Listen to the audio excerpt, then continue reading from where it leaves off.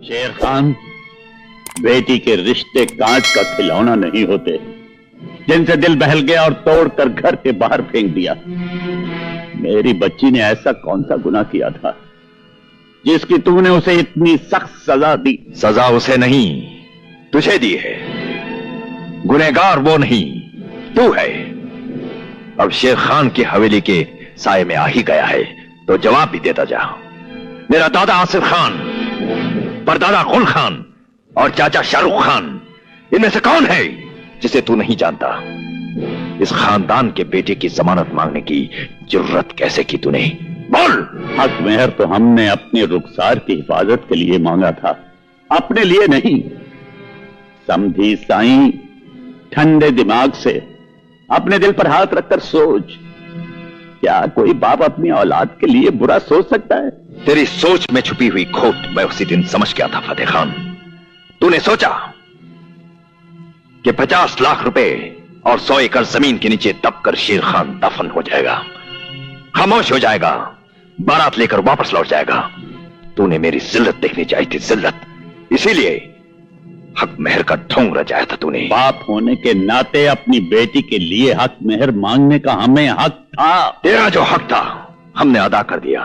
अब जाकर हमारी दी हुई जमीन पर ट्रैक्टर चला, उन नोटों के तकिए बनाकर चैन की नींद सो जा। कभी अपनी लाडली बेटी को जमीन दिखा तो कभी उसे नोटों की गड्डियां सूंघा।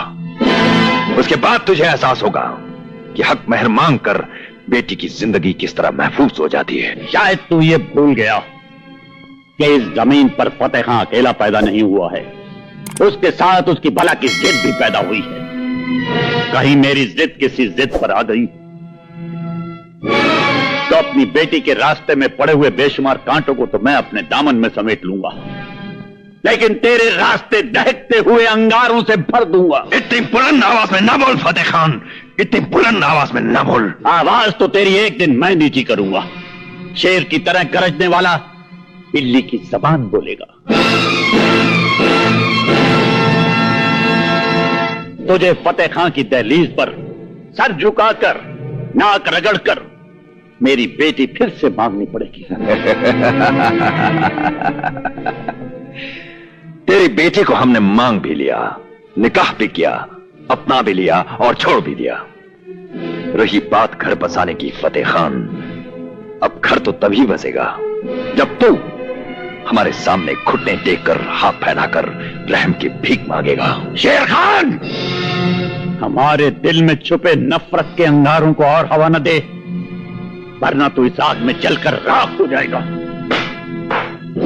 सीने में दुश्मनी के अंगारे लेकर जीने वाले को आग से डराने की कोशिश न कर फतेह खान, वो दिन कभी नहीं आएगा। नहीं आएगा शेर खान, तो तेरे घर की दीवारें धूप को तरस जाएंगी। फिर हम सूरज को अपने हाथ में लेकर तेरी हवेली के आंगन में रोशन कर देंगे और तुझे कहेंगे कि देख, आज वो दिन निकल आया। फिर तुझे नाक रगड़ने के लिए हमारे सामने झुकना पड़ेगा। एक पहाड़ का नाम है शेर खान, और पहाड़ ना किसी के सामने चलकर जाते हैं, ना किसी के सामने झुकते हैं। अगर ऐसा हुआ तो हम उस पहाड़ को जड़ से उखाड़ कर फेंक देंगे, जड़ से उखाड़ कर फेंक देंगे। फतेह खान, इस पहाड़ की जड़ की तलाश करते करते तेरी नस्लों की नस्लें खत्म हो जाएंगी।